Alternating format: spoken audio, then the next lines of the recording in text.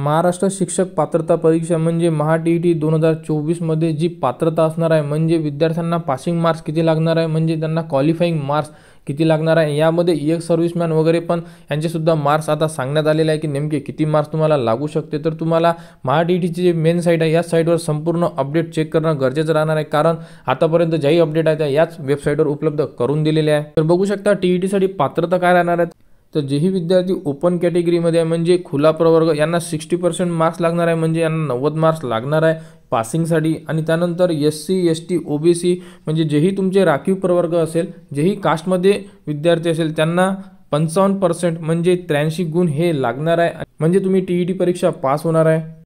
आणि त्यानंतर तुम्ही बघू शकता की ज्या महिलांनी किंवा ज्याही विद्यार्थ्यांनी टी-ई-टी 2024 दिलेली आहे त्यामध्ये जर माजी सैनिक, शहीद सैनिक पत्नी किंवा त्यांच्या कुटुंबीय यांना शिक्षक पात्रता परीक्षेमध्ये 15% गुणांची सवलत देण्यात येणार आहे।